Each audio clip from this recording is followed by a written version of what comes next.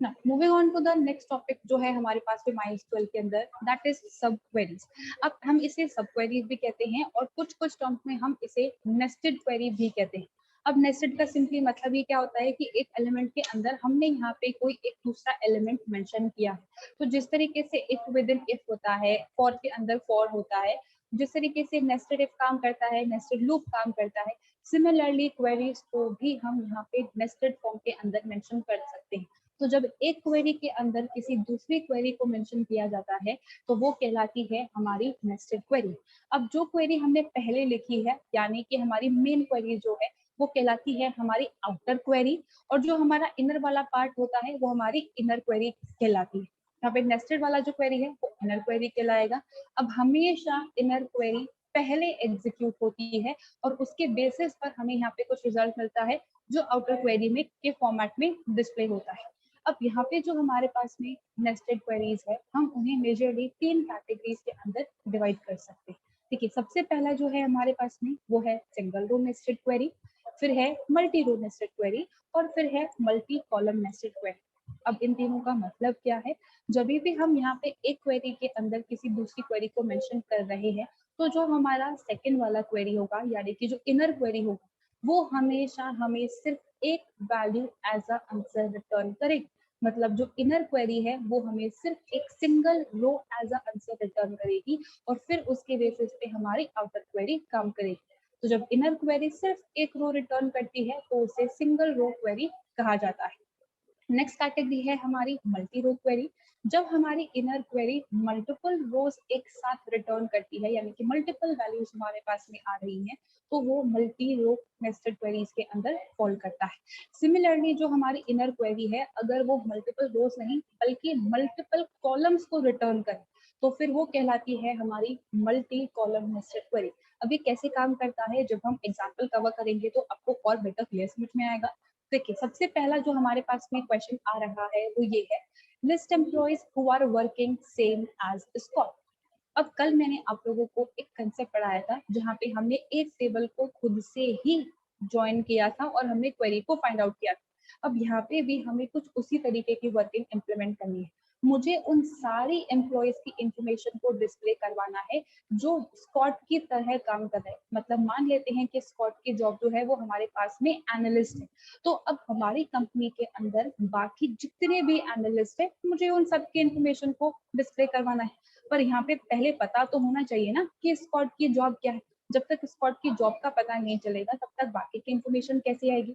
यानी कि हमारी क्वेरी दो पार्ट में कवर करेगी। तो आप चाहो तो कल की तरह सेल्फ ज्वाइन वाला पार्ट जो है कि एक टेबल को खुद से ही ज्वाइन करना वो भी इम्प्लीमेंट कर सकते हो, या फिर यहाँ पर हम नेस्टेड क्वेरी वाला पार्ट भी इम्प्लीमेंट कर सकते हैं। अब सबसे पहले यहाँ पर आउटर क्वेरी मेंशन की जाती है। आउटर क्वेरी और इनर क्वेरी को कंबाइन करने के लिए हम यहाँ पे किसी ना किसी तरीके का रिलेशनल ऑपरेटर काम में लेते हैं। अब ऑपरेटर्स की मैंने पूरी एक लिस्ट आपको बताई थी जहाँ पे सारे कंपैरिजन ऑपरेटर्स थे, इन भी था, लाइक भी था और बिटवीन भी था। तो यहाँ पे हम उन ऑपरेटर्स को भी काम में ले सकते हैं। जब भी हमारे पास में एक कंप्लीट एक्सप्रेशन होती है तो मल्टीपल ऑपरेंड्स को ऑपरेटर की हेल्प से ही कंबाइन किया जाता है। तो सिमिलरली यहाँ पे भी बिल्कुल वही कंसेप्ट है। आउटर क्वेरी और इनर क्वेरी को कंबाइन करने के लिए भी हम यहाँ पर कोई ना कोई ऑपरेटर काम में लेंगे। अब यहाँ पे आउटर क्वेरी और ऑपरेटर के बाद हमें पैरेंथेसिस के अंदर इनर क्वेरी को मेंशन करना होता है। तो यहाँ पे पैरेंथेसिस के अंदर मैंने लिखा है select job from EMP where ename is equals to Scott. अब यहाँ पर इस क्वेरी का एक्चुअली में मतलब क्या है, हमारे ईएमपी टेबल के अंदर स्कॉट नाम का जो भी एम्प्लॉय है उसकी जॉब डिस्प्ले करवा। तब या तो ये एनालिस्ट होगा या मैनेजर होगा या क्लर्क होगा या सेल्समैन होगा या प्रेसिडेंट होगा, कोई एक ना एक तो जॉब इसकी होगी। तो यहाँ पे ये इनर क्वेरी क्या कर रही है, मुझे सिर्फ एक वैल्यू यानी कि जिस भी जॉब पे ये है उस जॉब का नाम मुझे ये रिटर्न करने का काम कर रहा है।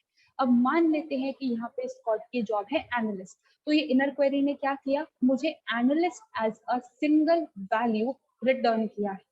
तो कोई भी इनर क्वेरी जब हमें एक सिंगल वैल्यू रिटर्न करती है तो वो कहलाता है हमारा सिंगल रो नेस्टेड क्वेरी। तो जो मेरा ये हाईलाइटेड वाला पार्ट है, इनर क्वेरी वाला पार्ट है, यहाँ पर एनालिस्ट आपके सब्स्टिट्यूट हो जाएगा।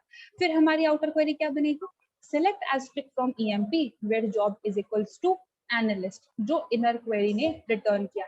तो इनर क्वेरी ने एक वैल्यू रिटर्न करी जिसके बेसिस पर हमारी आउटर क्वेरी ने हमें रिजल्ट रिटर्न किया है। अब एक बार हम पहले इसे एग्जीक्यूट करके देख लेते हैं। देखिए डेटाबेस मैंने ऑलरेडी सेलेक्ट कर रखा है, सिंपली हमें एसक्यूएल में जाना है और क्वेरी को टाइप कर देना है।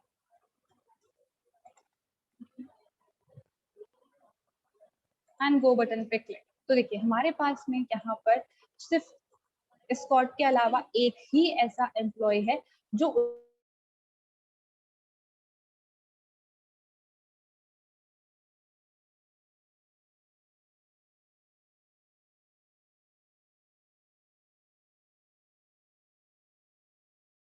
जिसकी जॉब भी एनालिस्ट है, जो कि है 4। तो यहाँ पे कुछ इस तरीके से अगर हमें कॉमन टेबल को टारगेट करना हो तो एक टेबल को दूसरे टेबल से ज्वाइन करने के अलावा हम नेस्टेड क्वेरी को यूज कर भी वर्किंग इंप्लीमेंट कर सकते हैं। अब इस क्वेरी के अंदर किसी को कुछ भी कंफ्यूजन, बिकॉज यही सारी चीजें बार बार वापस आने वाली हैं।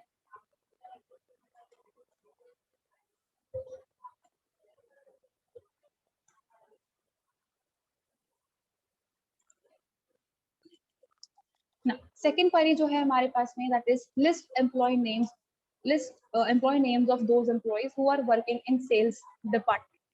हमें उन एम्प्लॉयज का नेम डिस्प्ले करवाना है जो सेल्स डिपार्टमेंट के अंदर काम कर रहे हैं। अब जो सेल्स डिपार्टमेंट है यानी कि डिपार्टमेंट का नाम है, ये तो डीपीटी टेबल के अंदर है, और जो एम्प्लॉयज की इंफॉर्मेशन है वो ईएमपी टेबल के अंदर है। अब दो टेबल को ज्वाइन करना है, दो टेबल्स को एक साथ टारगेट करना है, तो अब ज्वाइन को काम में ले सकते हो जैसा हमने लास्ट क्लास में कवर किया था, या फिर हम यहाँ पर नेस्टेड वाला पार्ट भी इम्प्लीमेंट कर सकते हैं। कैसे हो रहा है क्वेरी को ध्यान से देखिएगा। अगेन सबसे पहले हमारे पास में आउटर क्वेरी आएगी, फिर एक ऑपरेटर आएगा और उसके बाद पैरेंथेसिस के अंदर हमारे पास में इनर क्वेरी आएगी। अब हमें यहाँ पे सबसे पहले इनर क्वेरी ही एग्जीक्यूट होती है। तो इनर क्वेरी में मुझे क्या करना है, मुझे यहाँ पे पता लगाना है कि सेल्स डिपार्टमेंट का डिपार्टमेंट नंबर क्या है।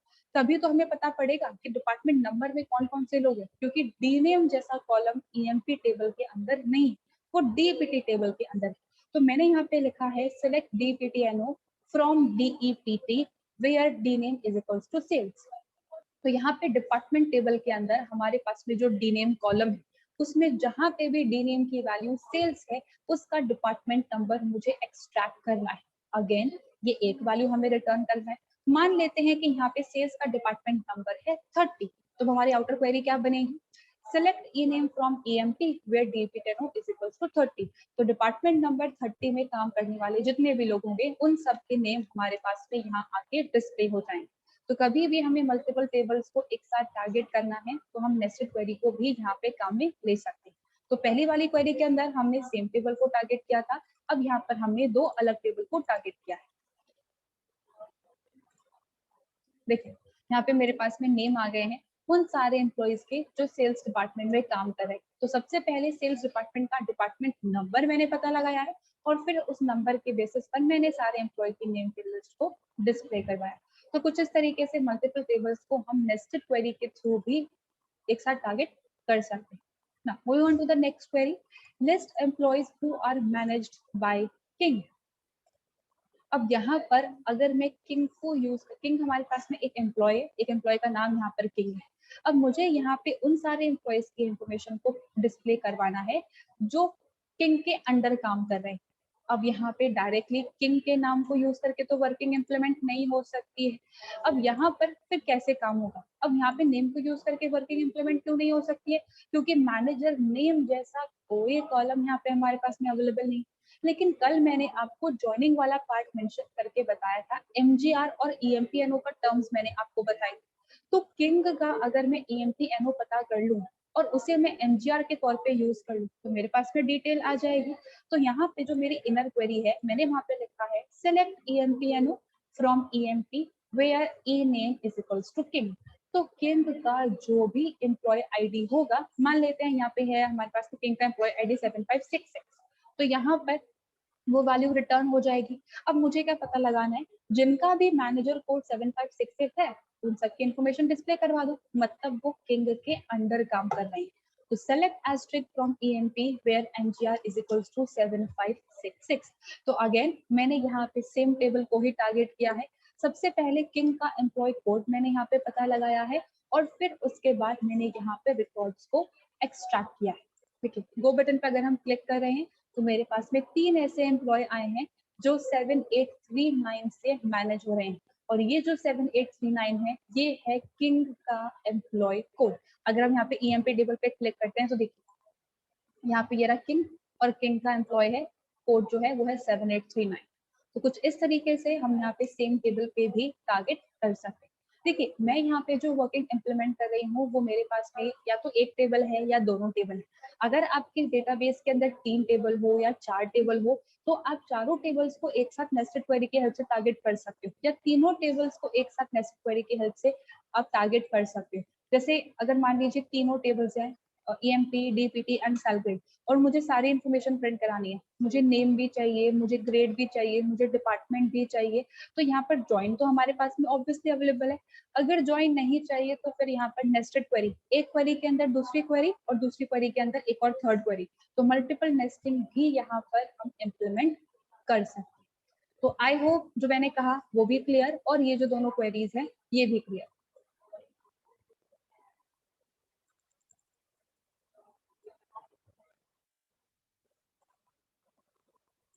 Alright, moving on with the next query.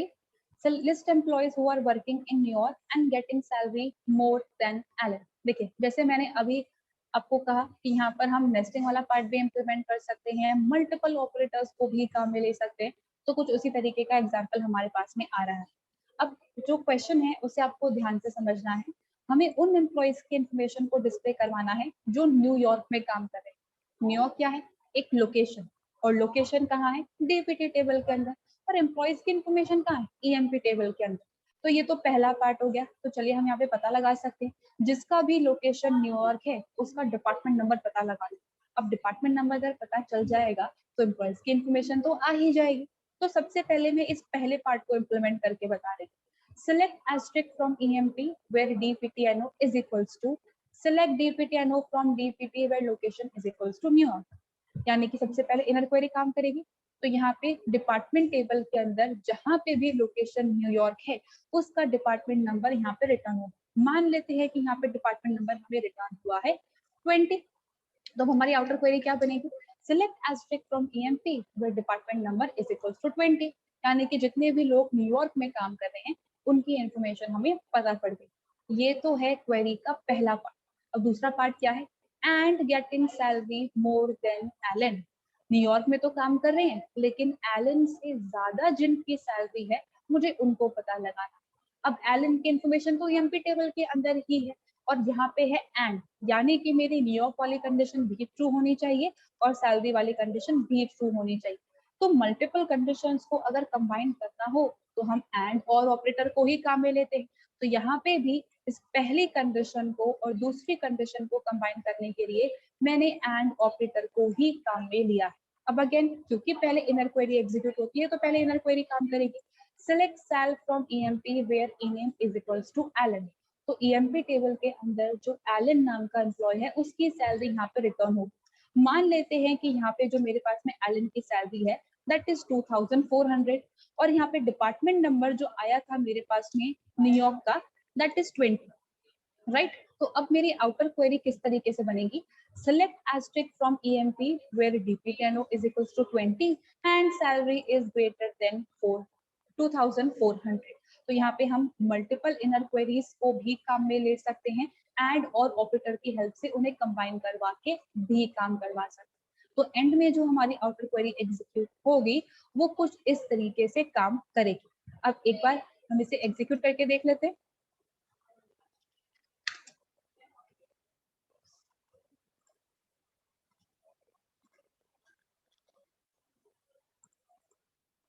देखिए हमारे पास में दो ऐसे एम्प्लॉयज हैं जो न्यूयॉर्क में, देखिए यहाँ पे डिपार्टमेंट नंबर 10 यानी कि न्यूयॉर्क वाला जो लोकेशन है वहाँ पे डिपार्टमेंट नंबर 10 कंसिडर किया गया है और यहाँ पे सैलरी 2450।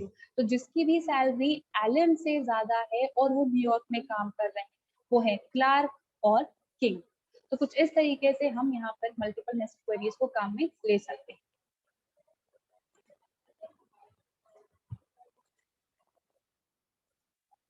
नेक्स्ट क्वेरी जो है हमारे पास में, that is list employees who are working as manager in sales department and getting salary of grade 4। अब इस क्वेश्चन को ध्यान से सुनना, बहुत सारी चीजें यहाँ पर आ रही। मुझे यहाँ पे एम्प्लॉइज की लिस्ट को डिस्प्ले करवाना है जो एज अ मैनेजर काम कर रही। बहुत आसान है, ईएमपी टेबल को एक्सेस करो और job is equals to manager लिख दो, काम हो जाएगा। बट क्वेश्चन यहाँ पे खत्म नहीं हो रहा। क्वेश्चन क्या कह रहा है, मुझे उन मैनेजर की लिस्ट चाहिए जो सेल्स डिपार्टमेंट में काम कर रहे हैं। अब सेल्स तो डीपीटी टेबल के अंदर है, ईएमपी के अंदर तो है ही नहीं, मतलब दोनों टेबल को आपस में कनेक्ट करना पड़ेगा। अब क्वेश्चन अभी खत्म नहीं हो, इसके बाद में एक और चीज है, and getting salary of grade is equals to 4। अब कौन से एम्प्लॉय को कौन से ग्रेड की सैलरी मिल रही है, ये तो सेल ग्रेड टेबल के अंदर है, यानी कि यहाँ पे तीसरी टेबल भी आ गई। जैसे कि मैं कह रही थी, हम मल्टीपल टेबल्स को एक साथ टारगेट कर सकते हैं, जो रिलेशनल डेटाबेस मैनेजमेंट सिस्टम का सबसे इंपॉर्टेंट एडवांटेज होता है। तो ज्वाइन भी हम यहाँ पे कर सकते हैं और हम यहाँ पे नेस्टेड वाला पार्ट भी इम्प्लीमेंट कर सकते हैं। तो एक एक करके हम सारी चीजें कवर करें, ध्यान से देखिएगा। सबसे पहले मैं इनर क्वेरी वाला पार्ट आपको बता रही हूँ, देन हम आउटर क्वेरी की तरफ चलेंगे। देखिए, मुझे यहाँ पे सेल्स डिपार्टमेंट को एक्सेस करना है। सेल्स डिपार्टमेंट डायरेक्टली ईएमपी के अंदर नहीं, लेकिन ईएमपी और डीपीटी के बीच में एक कॉमन कॉलम है जो है DEPTNO। तो अगर मुझे सेल्स का डिपार्टमेंट नंबर पता पड़ जाए तो फटाफट से काम हो जाएगा। तो यहाँ पे मैंने लिखा है select DPTNO from DEPT where D name is equals to sales. तो डिपार्टमेंट टेबल के अंदर जहाँ पे भी सेल्स नाम का डिपार्टमेंट नेम मेंशन है, उसका डिपार्टमेंट नंबर यहाँ पे रिटर्न होगा। अब जैसे कि हमने अभी कवर किया, हम यहाँ पे मान लेते हैं कि यहाँ पे हमारे पास में सेल्स का डिपार्टमेंट नंबर है 30, तो वो इधर आके सब्सटीट्यूट हो जाएगा। अब इसके बाद मुझे क्या करना है, मुझे ये पता लगाना है कि सैलरी ग्रेड 4 है या नहीं। अब यहाँ पे ग्रेड 4 भी ईएमपी के अंदर मेंशन नहीं है। ग्रेड 4 जो है वो तो सैल ग्रेड के अंदर है, और किसी भी तरीके का कोई कॉमन कॉलम इन ईएमपी और सैल ग्रेड के अंदर नहीं, लेकिन कॉमन वैल्यूज है। सैलरी एक कॉमन वैल्यू है। तो यहाँ पे हमारे पास में ग्रेड 4 की जो रेंज होती है, यानी कि लो सैल और हाई सैल जो हमारे पास में अवेलेबल है, अगर उस रेंज के बीच में एम्प्लॉय की सैलरी आ रही है, मतलब वो ग्रेड 4 में ही काम कर रहा है। तो अब यहाँ पर डिपार्टमेंट नंबर फाइंड आउट करने के बाद मैंने यहाँ पे रेंज वाला पार्ट कंसिडर किया है, and salary is greater than equals to, पहले ना क्वेरी चलेगी, select low sal from sal grade where gate is equals to 4। मान लेते हैं कि यहाँ पे जो लो सेल है वो है हमारे पास में 2000, ठीक है। उसके बाद फिर से मैं क्वेरी काम करेगी, select high sal from sal grade where grade is equals to 4। तो सेल ग्रेड टेबल के अंदर ग्रेड 4 की जो भी हाई सेल होगी वो यहाँ पर रिटर्न हो जाएगी, मान लेते हैं वो है 3000। तो अब हमारी फाइनल क्वेरी क्या बन रही है, select asterisk from EMP where job is equals to manager and DPTNO is equals to 30 and salary is greater than equals to 2000 and salary less than equal to 3000। तो ऐसे लोग जो मैनेजर हैं department number 30 के अंदर और 2000 से 3000 तक के बीच की सैलरी वो अर्न कर रहे हैं, उन सारे एम्प्लॉयज की इंफॉर्मेशन हमारे पास में डिस्प्ले हो जाएगी। तो चाहे हमारे पास में एक टेबल हो या हमारे पास में 2 टेबल हो या 3 टेबल हो या 4 टेबल हो, हम मल्टीपल टेबल्स को एक साथ टारगेट कर सकते हैं यूजिंग नेस्टेड क्वेरी। एक बार पहले हम इसका एग्जीक्यूशन देख लेते हैं।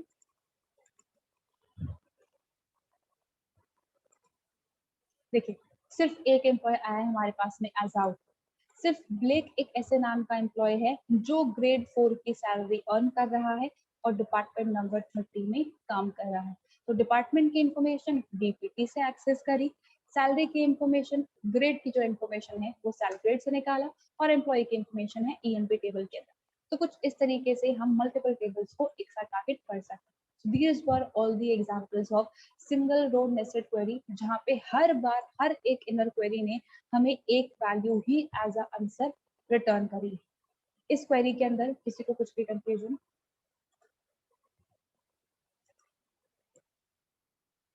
सेकंड कैटेगरी जो है हमारे पास में, दैट इज मल्टी रो सब क्वेरी। मल्टी रो सब क्वेरी का मतलब ये है कि जो इनर क्वेरी है हमारी वो मल्टीपल रोज रिटर्न करने वाली। अभी हमने जितनी भी इनर क्वेरीज को एग्जीक्यूट किया, एट अ टाइम वो एक ही वैल्यू रिटर्न करे। अब जब एक से ज्यादा हमारे पास में मल्टीपल वैल्यूज आ जाए तो फिर वहां पर greater than, less than, equal to काम नहीं करता है, वहां पे हमें काम में लेना पड़ता है इन ऑपरेटर की हेल्प। तो यहाँ पे किस तरीके से चीजें काम करती है हम एक एक करके एग्जाम्पल कवर करते हैं।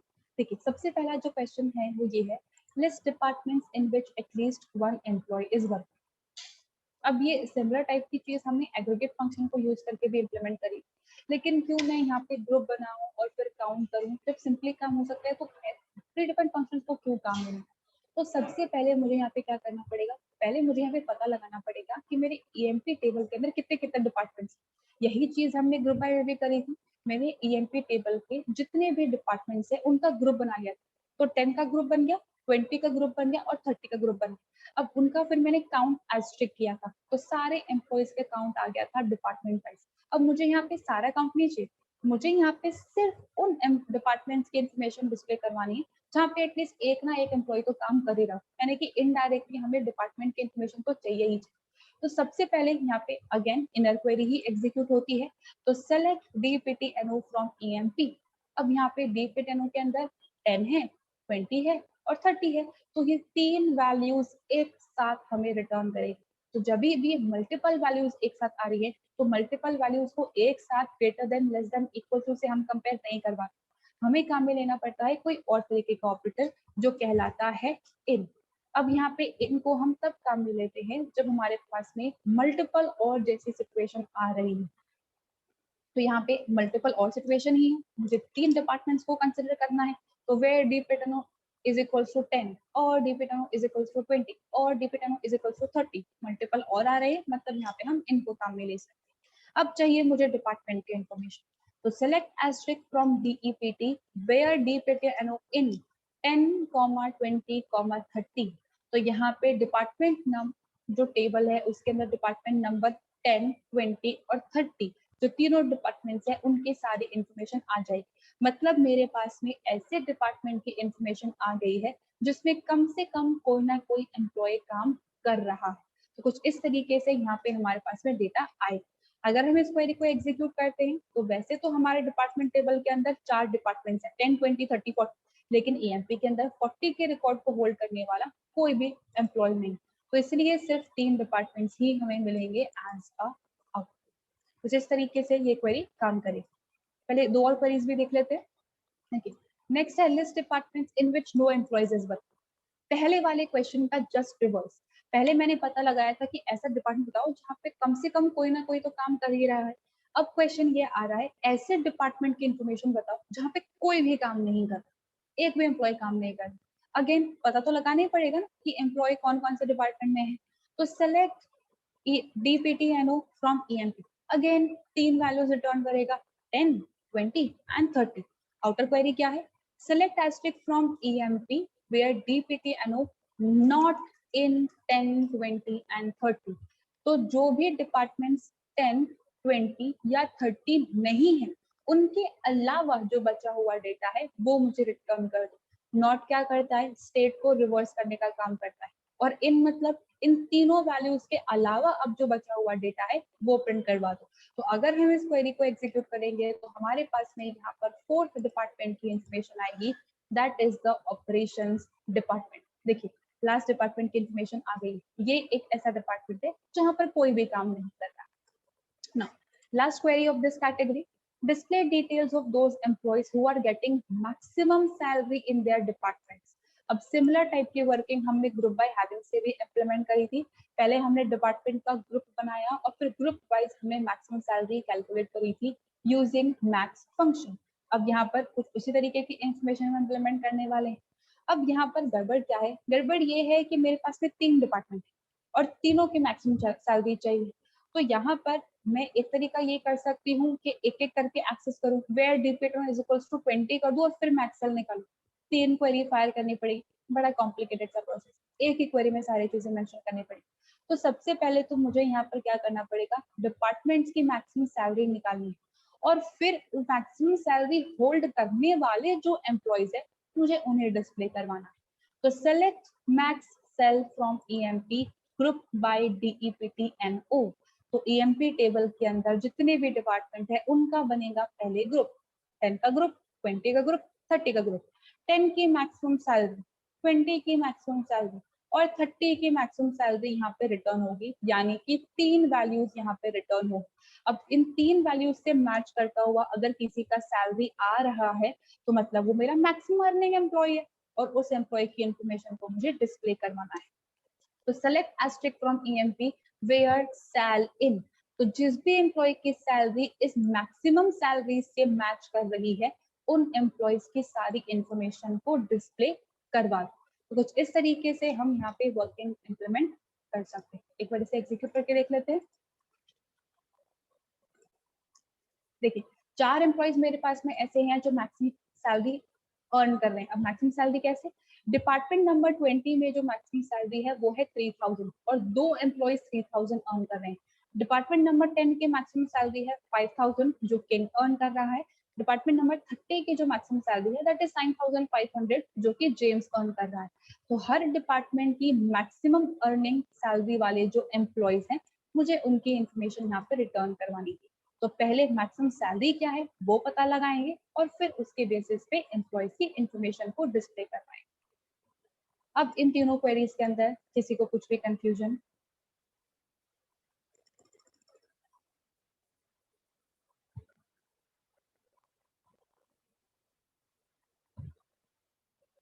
Alright, last query for today's session जो कि हमारे पास में last category that is multi column सब क्वेरी। मल्टी कॉलम सब क्वेरी का मतलब ये है कि जो हमारी इनर क्वेरी है वो मल्टीपल कॉलम्स एक साथ रिटर्न करने वाली, मल्टीपल वैल्यूज नहीं आ रही हैं, मल्टीपल रोज नहीं आ रहे हैं, मल्टीपल कॉलम्स हमारे पास में यहाँ पे रिटर्न होने वाले। तो किस तरीके से वो काम करता है देखिए, क्वेश्चन जो है हमारा that is display employee detail who are working in Scott department and job should be same as Scott job. अब देखिए क्वेश्चन का मतलब क्या है, मुझे उन एम्प्लॉयज की इंफॉर्मेशन को डिस्प्ले करवाना है जो स्कॉट के डिपार्टमेंट में काम कर रहे हैं पहली चीज, और जिनका जॉब स्कॉट के जॉब से मिलता भी। एक डिपार्टमेंट के अंदर बहुत सारी जॉब्स है, क्लर्क, सेल्समैन, एनालिस्ट, रिसर्च।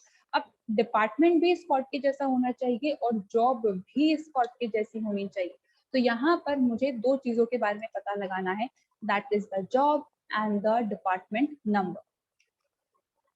अब सबसे पहले अगेन इनर क्वेरी ही हमारी एग्जीक्यूट होगी, आउटर क्वेरी बाद में चलती है। तो मुझे क्या करना है, स्कॉट की इंफॉर्मेशन चाहिए, जिसकी भी इंफॉर्मेशन मैच कर रही है डिटेल मुझे डिस्प्ले करवानी। तो select DPTNO comma job from EMP where E name is equals to Scott. तो स्कॉट का जो भी डिपार्टमेंट नंबर होगा दैट इज 20, स्कॉट का जो भी जॉब होगा दैट इज एनालिस्ट। तो दो वैल्यूज यानी कि दो कॉलम्स हमारे पास में यहाँ पर अब रिटर्न होने वाले। अब जब दो कॉलम हमारे पास में रिटर्न होते हैं तो उन्हें स्टोर करवाने के लिए भी दो कॉलम्स की हमें रिक्वायरमेंट है। जैसे कि अगर मैं यहाँ पे फंक्शन क्रिएट करूँ और फंक्शन को कॉल करवाते टाइम दो वैल्यूज पास करूँ तो उन दो वैल्यूज को होल्ड करवाने के लिए दो वेरिएबल क्रिएट करने पड़ते हैं। तो सिमिलरली जब यहाँ पे दो अलग टाइप की वैल्यू हमारे पास में आएगी, department number is integer and job is varchar, जब दो अलग टाइप की वैल्यूज आ रही हैं तो दो अलग टाइप के कॉलम हमें यहाँ पे क्रिएट करने पड़ेंगे।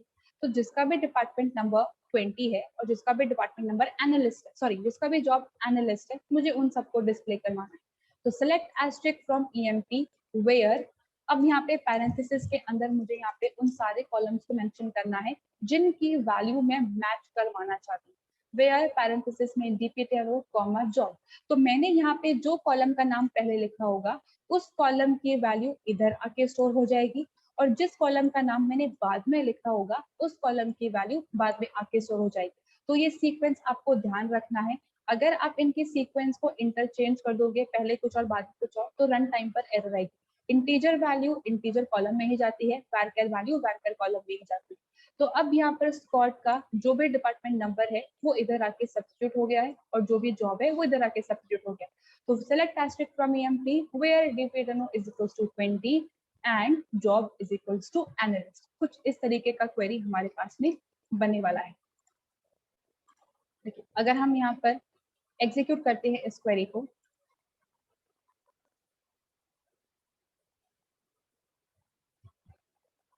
तो हमारे पास में देखिए एक तो स्कॉट ही है जो डिपार्टमेंट नंबर 20 में है और एनालिस्ट है, और उससे मैच करता हुआ हमारे पास में एक और एम्प्लॉय है दैट इज फोर्ड। फोर्ड भी एनालिस्ट है और डिपार्टमेंट नंबर 20 में काम कर रहा है। तो वो सारे एम्प्लॉयज जो डिपार्टमेंट स्कॉट के डिपार्टमेंट में काम कर रहे हैं और जिनका जॉब भी स्कॉट की जॉब से मिलता जुलता है, तो हमें ये सारी चीजें प्रिंट करवानी। तो चाहे एक सिंगल वैल्यू हो या मल्टीपल वैल्यूज हो या मल्टीपल कॉलम्स हो, सारी चीजों को हम यहाँ पर नेस्टेड क्वेरी की हेल्प से इंप्लीमेंट करते हैं। सो विद दिस क्वेरी हमारा जो नेस्टेड क्वेरी वाला पार्ट है वो ओवर हो गया है। अब किसी को भी इस पार्ट में कुछ भी कंफ्यूजन?